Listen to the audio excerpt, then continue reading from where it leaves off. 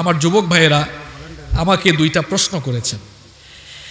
তারা বলেছেন কাদিয়ানীরা যে বলে উনারা মুসলিম, এ সম্পর্কে কিছু বলেন।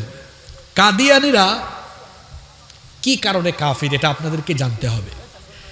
কাদিয়ানীরা আমাদের প্রিয় নবী মুহাম্মদুর রাসূলুল্লাহ সাল্লাল্লাহু আলাইহি ওয়াসাল্লামকে তারা শেষ নবী, আখিরি নবী মানে না। তারা মির্জা গুলাম আহমদ কাদিয়ানীকে শেষ নবী বলে, যদিও এই মুহূর্তে তারা তাদের খুলস পাল্টিয়েছে।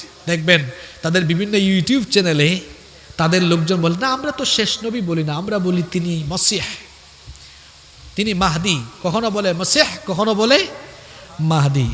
এদের আসলে কথাবার্তার কোনো ঠিক ঠিকানা, পাগলের মতো এক এক সময় এক এক কথা বলে থাকে। আমাদের নবীজির পরে নবী আসবে এটা যে বিশ্বাস করবে সে কি ইমানদার?